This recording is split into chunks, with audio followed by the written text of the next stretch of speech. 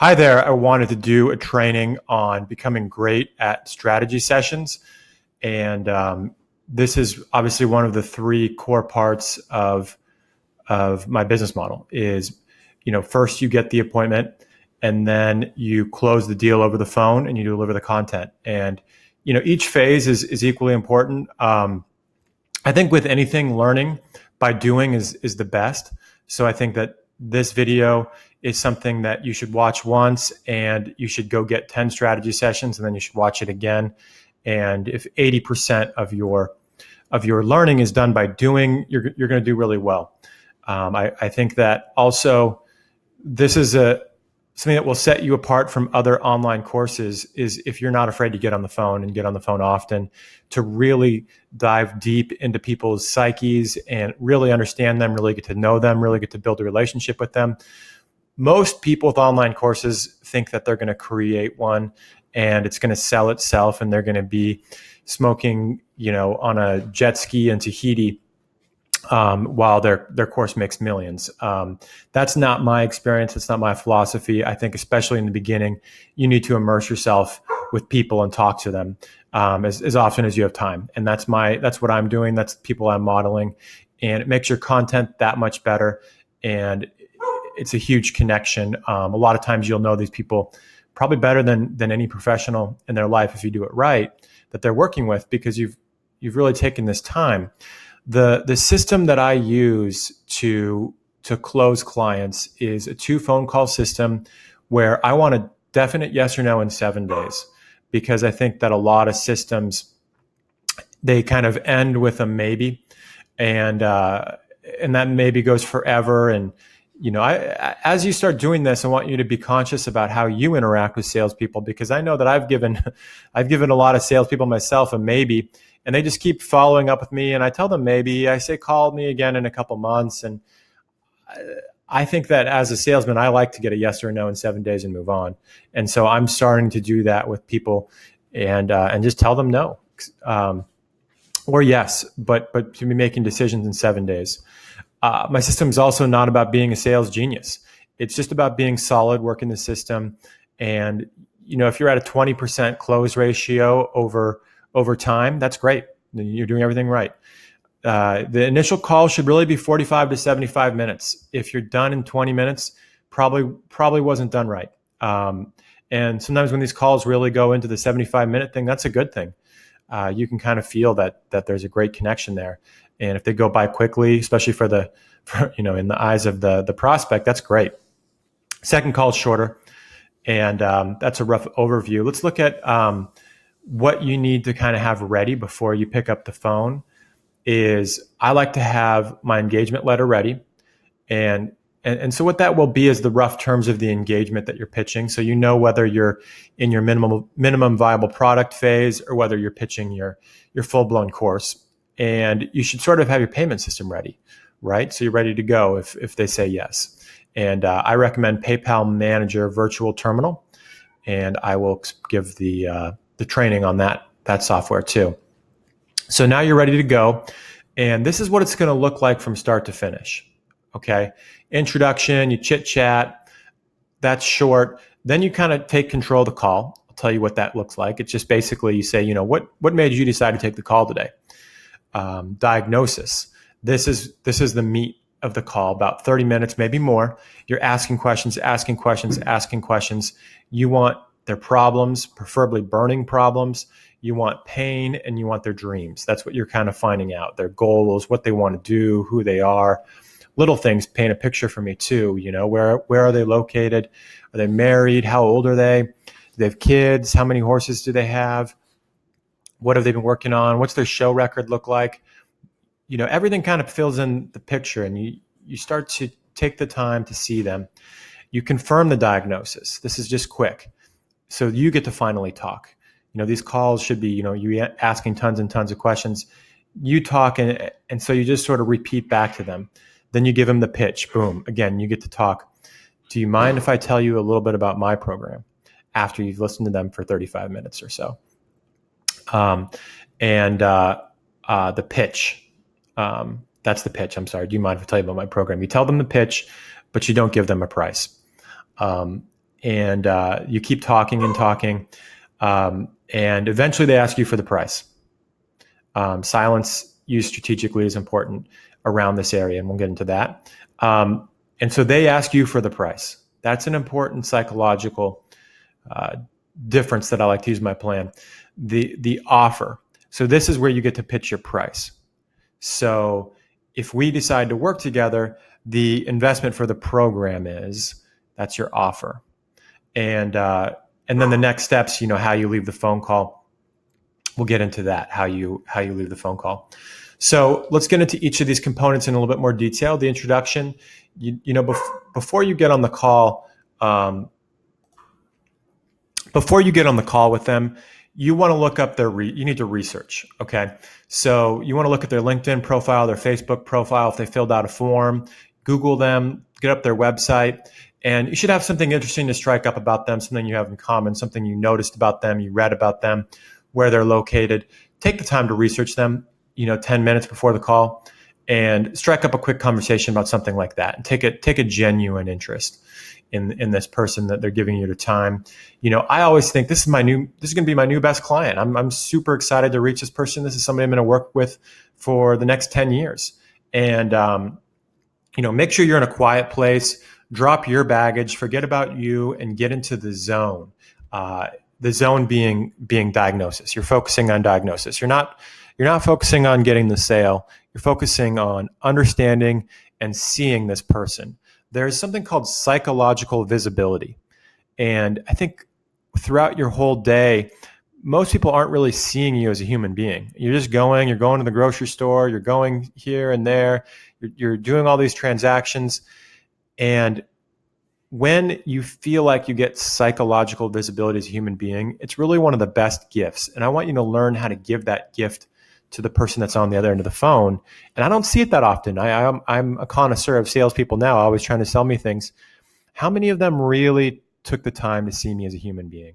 And that's really important here. That's the zone that you want to be in. This is somebody that's giving you their time. You want to respect that.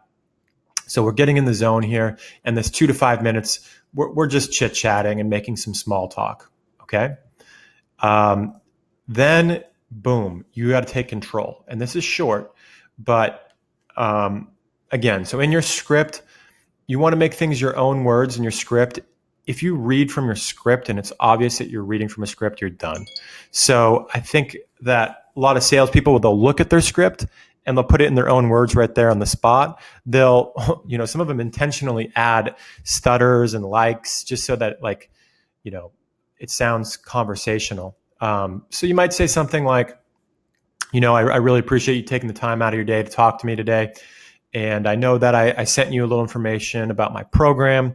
And I just kind of wanted to know from you sort of specifically what made you decide to take the call today. So you could see I'm not just reading that, but that's a really important question to take control after the chit chat. And sometimes they'll lead you straight to gold. It's a great way to get the call going and see where they're at. And then you can kind of, it's nice to turn the tables on them and sort of remind them that they decided to take the call, even though, you might be hounding all these people. Hey, you want to call? And finally like, fine, I'll take a call. And then they get on the call and you say, so what made you decide to take the call today? But that's what you should do. And here's the diagnosis part. It's super important. Write down your questions and really, I kind of have a column where I'm like, what's their pain and what's their dream? And all these other little tiny details also just sort of help me. So the questions kind of build in terms of personal, but you want to get personal if you want to make a sale. So generally speaking, where are they located? How old's their horse? How long have they had their horse? What are they working on?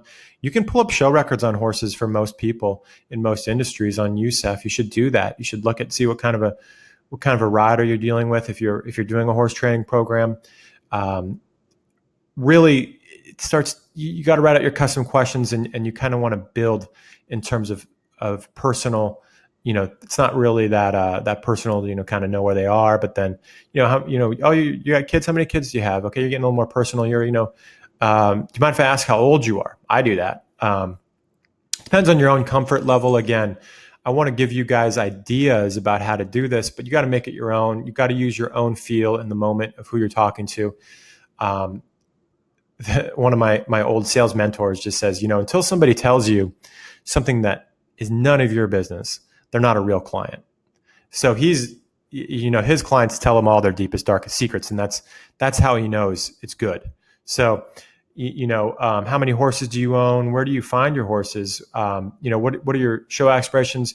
What's holding you back? What are you really trying to build here? What's your 10-year goal? What was your dream when you were 8 years old with horses? And where are you at now? How much time do you have to spend on this? Okay, all right. So you're kind of trying to find out, where are they right now, and where do they want to be? And so if you can be the person to take them there, obviously, then that's worth something. So I think that it all starts from asking these questions, really taking control. You're asking questions, just sitting back, letting them talk. And if it can go for 30 minutes or more, then you've done a great job. And I want to talk about the Best Buy TV example. I want to give you the example of a Best Buy salesman. And he's selling a smart TV. And a construction worker walks in who wants to watch football on the weekends. And the salesman walks right up to the construction worker and just says, this TV is amazing. You can plug in your laptop and you can run all these presentations on it. And you can connect it automatically with all this software. And you can stream your presentations and you're going to make, it's great. And the construction worker goes, oh, okay, well, it's not the TV for me because I just want to watch football, And then the young executive walks in and he goes, oh, this is the greatest TV. It's got 4 split screens where you can watch every single game.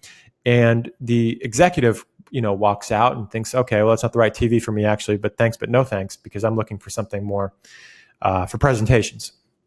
It's the same smart TV. It can do a million things. And I want you to think of your program as being fluid. It's something that you can change on a dime. You can create your content. That's why I don't want people creating content. I want them creating content around the people that sign up for their program, because you can customize it. It's much easier that way to get this client. So when you do the diagnosis right, then you can start to say, well, you can present your TV, so to speak, as the perfect solution. So you want to confirm your diagnosis after 30 minutes and just sort of kind of be repeating back to them that you're on the same page as them. So it sounds like you currently run a lesson program, and what you really want to do is find a way back into the big ring and, add more premium training, show clients to your program, and increase your revenue. Is that kind of what you're focusing on right now? This is a real case study I did on a existing client, and that was what my diagnosis was of them. And other things to ask them is just say, does that sound right? And how important is that to you to work on this, to get this fixed? And why now? Or when are you looking to get this fixed?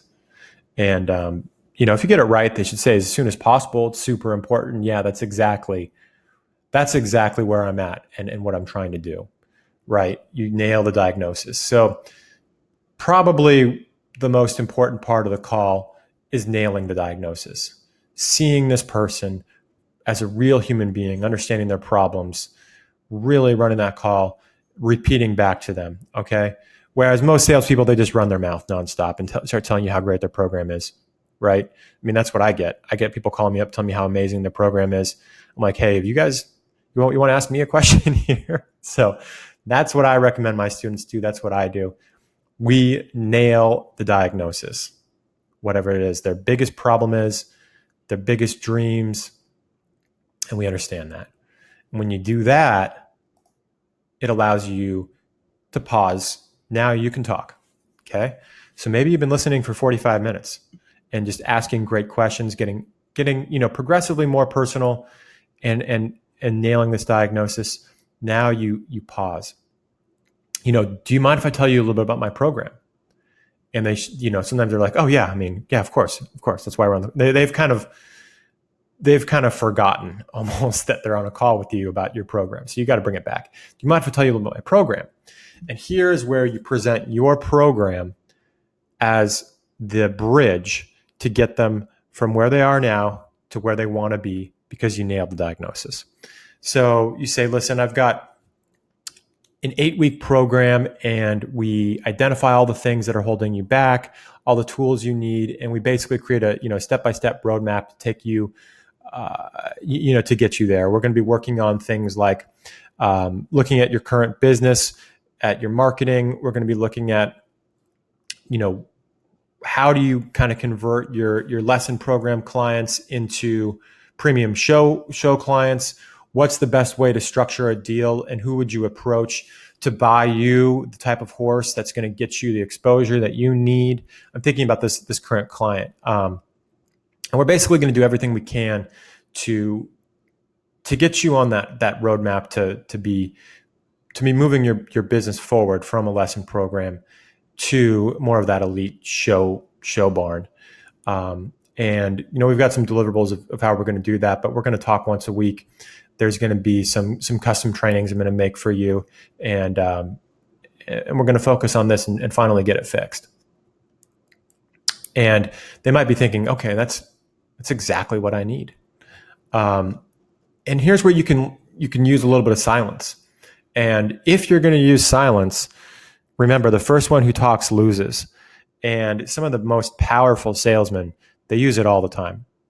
And they don't. You got to be serious about using it. So you might say, after you finish your pitch, you might just say, so we're going to do everything we can to finally get this fixed.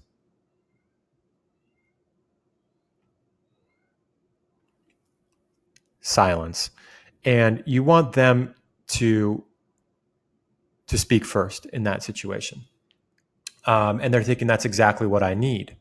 So from here, you can't give them price, okay? You can't give them price.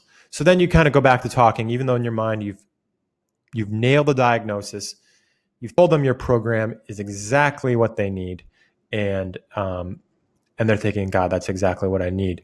So you say, at that point, you say, you might take control of the conversation and talk, and at a certain point, you might say, so that's it. I think you'd be a great fit for my program. I'd love to work with you. Do you have any questions for me? If they haven't explicitly gone out and asked for the price, because you're not gonna just give them the price. You have to make them ask. And psychologically, that's so important, because they go from being sold to buying from you. So I want to repeat that back to you. That's the difference between somebody buying from you and you selling them. I think sales is a dirty word. People don't like to be sold. People like to buy. So if they say to you, okay, well, what are the next steps? How do we work together? What's the price? All that. And now you can give them the offer. And again, it's short. The way this call kind of feels is they're talking a lot, and then there's just sort of two specific points. And you should practice your pitch, and you should practice your offer. And let's get on these conference calls and let's role play. Let's talk about real situations that are going on. The pitch should be customized, and the offer is going to sound a little bit the same. Let's say that you've decided that your offer is going to be a video course with a one-time fee of $497 and a reoccurring $99 investment. This is one of my horse trainer clients who structured their offer this way. And so you'll say something like, so if they say, okay, so what are the next steps? What does it cost? I need to know. That's great. They asked you. So now you can say, okay, so if we decide to work together, there's going to be a one-time investment of $99.7 and a reoccurring $99 a month investment. And what that gets you is the one-time investment gets you access to the video library for life. So you'll always have that. And the reoccurring $99 gets you access to the private Facebook group and the conference calls and some level of in-person help. But one thing I've noticed is that chasing people around to find out if they're in or out is a huge waste of time for everybody. And, people that can make fast decisions can get fast results. We can get started working in a week and start getting results in as fast as, 2 or 3 weeks. So what we've done is we give people a $500 discount on the one time if they can meet 2 conditions. Condition number 1 is they make a decision in 7 days or less. And condition 2 is they book a follow-up call on this call so that we don't have to spend any other time scheduling. Because, I know that you're going to want to think about this. I know that you're going to want to sleep on it. Maybe you need to ask your husband or your wife to discuss it with them. I know I have to talk to the boss. But that is how it works. Does that sound fair? And what I've found, I've studied a lot of different offers, and I've seen people that try to close in one phone call. So here they might say, I give a $500 discount if you can decide right now. And that's just a little bit too much pressure for my taste. And I've heard other people that don't have any sort of boundaries, and what they end up is people saying, that sounds great. Let me get back to you. And there's not really a way to follow up with them. So this way you set it up, hey, you got to make a decision in 7 days, which is totally fair. Okay. You got to let me know yes or no. And another thing I might say after this is, we're totally fine with a no at this point too. We just, I just appreciate people being able to kind of make this decision and get back to me. So what I do at that point is say that's totally fair. Let me think about it. And you say, okay, well, how long does it take you? How much time do you really need to think this over? And you get an idea. They're like, oh, I want the full 7 days, or I just need like a couple days. You say, okay, great. Well, do you have your calendar in front of you? Let's get that follow-up call on here. How about next Wednesday at 9 a.m. California time? And right then and there, boom, you send them a calendar invite for the follow-up call. And then you don't want to just get off the phone with them right away. You kind of want to say, I have you on the phone and have a few more minutes. Are there any other questions that you might have for me? And you say, great. I think you're great for the program. Look forward to speaking with you. Let me know if there's anything you need from me from now until then to make a good decision. Otherwise, if I don't hear from you, I'll just, let me know, via email if there's anything that you need to make a good decision. If not, look forward to following up with you next week. And so that's how you run a great call.